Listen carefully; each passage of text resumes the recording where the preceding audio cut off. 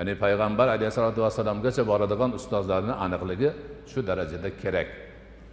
Mana shu astag'firullohni aytish, zikrga ustoz kerak ekan. Undan ahamiyatliroq ishlarga yana ham ustoz ahamiyatliroq bo'ladi. Mana shunday doim bo'lib kelgan. Lekin hozirgi kunning musibati aynan shu narsani tark qilishdir. Ustozlarga e'tibor bermasdan har kim o'zi bilganicha vaysashi musulmon millatini boshiga ko'plab kulfatlarni tushiryapti.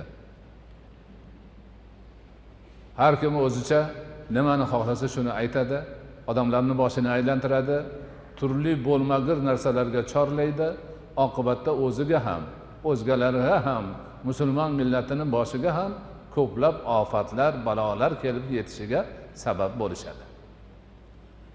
Hozirgi kundagi noqulayliklarning hammasi shundan chiqyapti.